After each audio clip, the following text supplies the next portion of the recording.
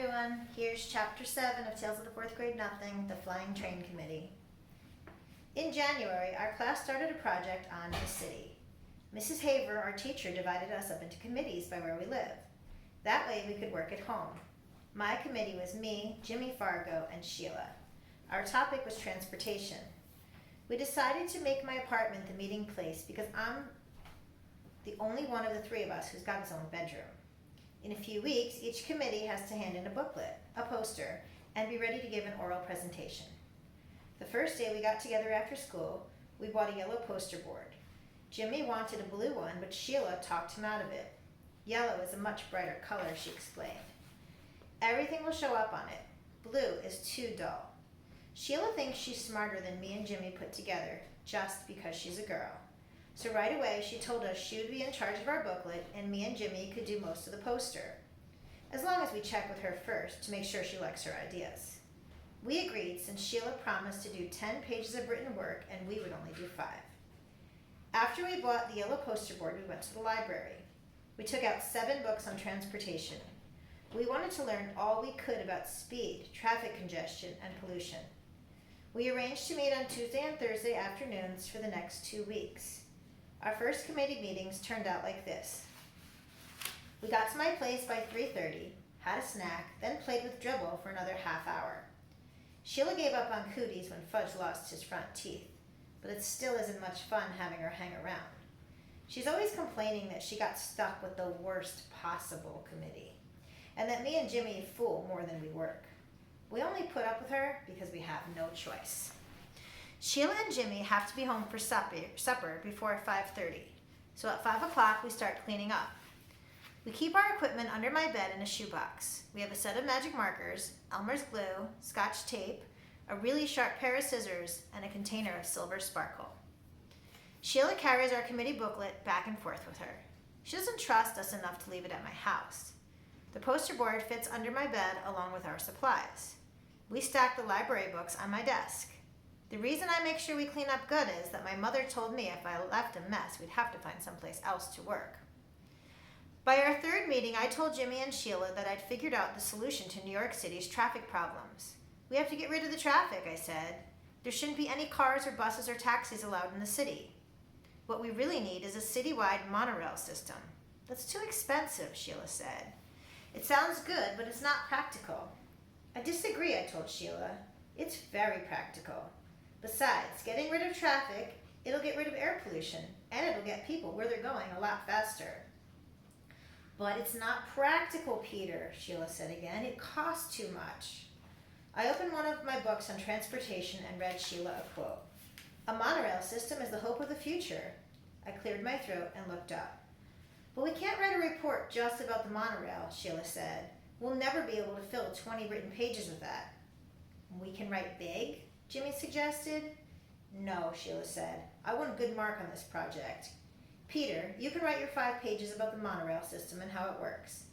Jimmy, you can write your 5 pages about pollution caused by transportation. And I'll write my 10 pages on the history of transportation in the city.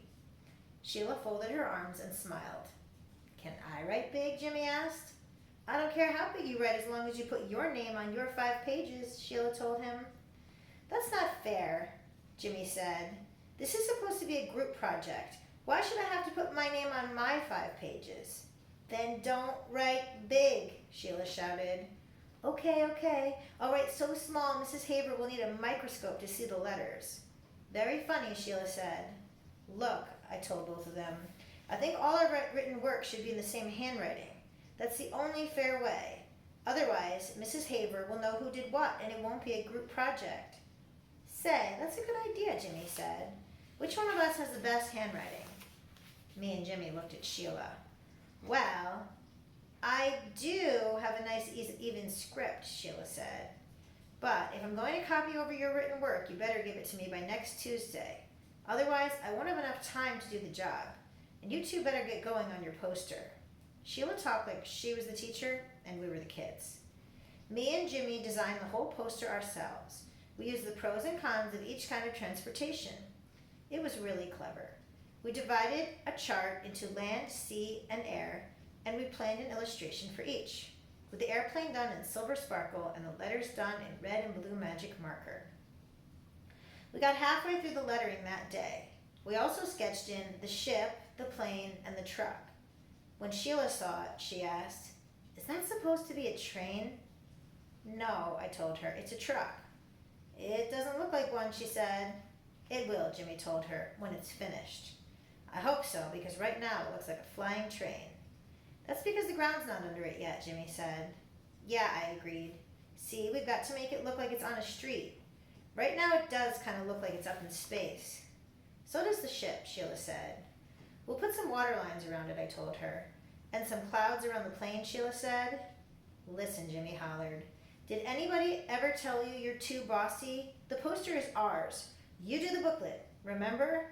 That's the way you wanted it." "See, there you go again," Sheila said. "You keep forgetting this is a committee. We're supposed to work together."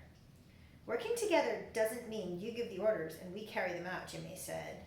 My feelings exactly, I thought. Sheila didn't answer Jimmy. She picked up her things, got her coat, and left. "I hope she never comes back," Jimmy said. "She'll be back," I told him. "We're her committee."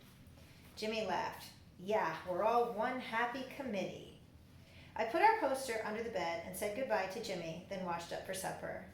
My mother was being pretty nice about our committee meetings. She arranged to have Fudge play at Ralph's apartment on Tuesdays and Jenny's on Thursdays. Sam has the chicken pox, so he can't play at all. I was glad that next week would be our last committee meeting after school. I was sick of Sheila, and I was getting sick of transportation.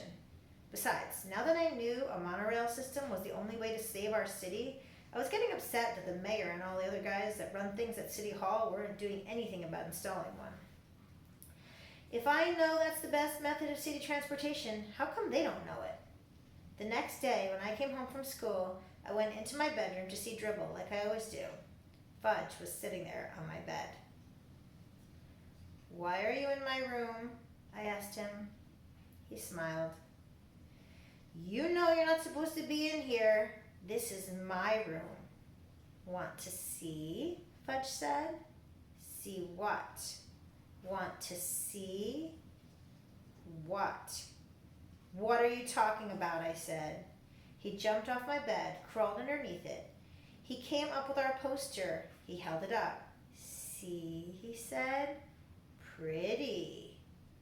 "What did you do?" I yelled. "What did you do with our poster?" It was covered all over with scribbles in every color magic marker. It was ruined. It was a mess, and it was ruined. I was ready to kill Fudge. I grabbed my poster and ran into the kitchen to show it to my mother. I could hardly speak. "Look," I said, feeling a lump in my throat. "Just look at what he did to my poster." I felt tears come to my eyes, but I didn't care. "How could you let him?" I asked my mother. "How? Don't you care about me?" I threw the poster down and ran into my room. I slammed the door, took off my shoe, and flung it at the wall. It made a black mark where it hit. Well, so what?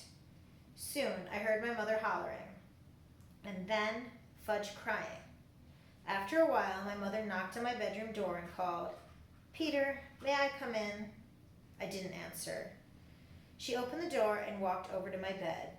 She sat down next to me. "I'm very sorry," she said. I still didn't say anything. "Peter," she began. I didn't look at her. She touched my arm. "Peter, please, listen.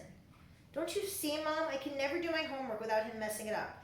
It just isn't fair. I wish he was never born. Never. I hate him." "You don't hate him," my mother said. "You just think you do." "Don't tell me," I said. "I mean it. I really can't stand that kid." "You're angry," my mother told me. "I know that, and I don't blame you. Fudge had no right to touch your poster. I spanked him." "You did?" I asked. "Fudge never gets spanked. My parents don't believe in spanking." "You really spanked him?" I asked again. "Yes," my mother said. "Hard?" I asked. "On his backside," she told me. I thought that over. "Peter," my mother put her arm around me, "I'll buy you a new poster board tomorrow. It was really my fault. I never should have let him into your room." "That's why I need a lock on my door," I said. I don't like locks on doors. We're a family. We don't have to lock each other out. If I had a lock, Fudge wouldn't have gotten my poster. It won't happen again, my mother promised. I wanted to believe her, but really I didn't. Unless she tied him up, I knew my brother would get into my room again. The next day, while I was at school, my mother bought a new yellow poster board. The hard part was explaining to Jimmy that we had to start all over again. He was a good sport about it. He said this time he'd make sure his truck didn't look like a flying train. And I said this time I'd make pencil marks first so my letters didn't go uphill. Our committee met that afternoon. Sheila didn't mention the last time, neither did we. Me and Jimmy worked on the poster while Sheila copied our written work into the booklet. We'd be ready to give our oral report to the class on Monday, not like some committees who hadn't even started yet. By 5 o'clock, we had finished our poster and Sheila was almost done with the cover for our booklet. Jimmy walked over and stood behind her, watching her work. After a minute, he yelled, "What do you think you're doing, Sheila?" I got up from the floor and joined them at my desk. I looked at the cover. It was pretty nice. It said, "Transportation in the City." Under that it said, by Sheila Tubman, Peter Hatcher, and James Fargo. And under that, in small letters, it said, "Handwritten by Miss Sheila Tubman." Now I knew why Jimmy was mad. "Oh no," I said, holding my hand to my head. "How could you?" Sheila didn't say anything. "It's not fair," I told her. "We didn't put our names on the poster, but the cover's all done," Sheila said. "Can't you see that? I'll never get the letters so straight again. It looks perfect." "Oh no," Jimmy shouted. "We're not handing in the booklet like that. I'll rip it up before I let you." He grabbed the booklet and threatened to tear it in half. Sheila screamed. "You wouldn't. I'll kill you. Give it back to me, Jimmy Fargo." She was ready to cry. I knew Jimmy wouldn't tear it up, but I didn't say so. "Peter, make him give it back." "Will you take off that line about your handwriting?" I asked. "I can't. It'll ruin the booklet." "Then I think he should rip it up," I said. Sheila stamped her foot. "Oh, I hate you both." "You don't really," I told her. "You just think you do." "Oh, I know I do," Sheila cried. "That's because you're angry right now," I said. I couldn't help smiling. Sheila jumped up and tried to get the booklet, but Jimmy held it over his head, and he's much taller than Sheila. She had no chance at all. Finally, she sat down and whispered, "I give up. You win. I'll take my name off." "You promise?" Jimmy asked. "I promise," Jimmy said. Jimmy set the booklet down on my desk in front of Sheila. "Okay," he said. "Start." "I'm not going to make a whole new cover," Sheila said. "What I'll do is turn this bottom line into a decoration." She picked up a magic marker and made little flowers out of the words. Soon, handwritten by Miss Sheila Tubman turned into 16 small flowers. "There," Sheila said. "It's done." "It looks pretty good," I told her. "It would have looked a lot better without those flowers," Jimmy said, "but at least it's fair now." That night I showed my mother and father our new poster. They thought it was great, especially our silver sparkle airplane. My mother put the poster on top of the refrigerator so it would be safe until the next day when I would take it to school. Now I had nothing to worry about. Sheila had the booklet, the poster was safe, and our committee was finished before schedule.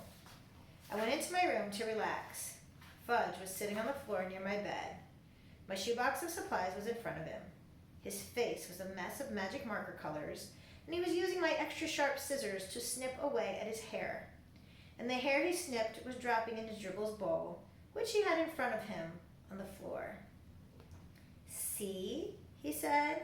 "See? Fudgy's a barber." That night I found out hair doesn't hurt my turtle. I picked off every strand from his shell. I cleaned out his bowl and washed off his rocks. He seemed happy. 2 things happened the next day.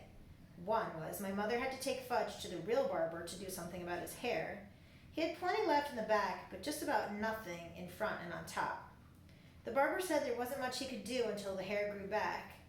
Between his fangs and his hair, he was getting funnier looking every day. The second was my father came home with a chain latch for my bedroom door. I could reach it when I stood on tiptoe, but that brother of mine couldn't reach it at all, no matter what. Our committee was the first to give its report. Mrs. Haber said we did a super job. She liked our poster a lot. She thought the Silver Sparkle airplane was the best. The only thing she asked us was, how come we included a picture of a flying train? Okay, now that we've finished this chapter, I want you to think about one of two things. What did you think of Peter's experience working with his committee on the project? Or what did you think about the things that Fudge did in this chapter to Peter? All right, see you in the next chapter.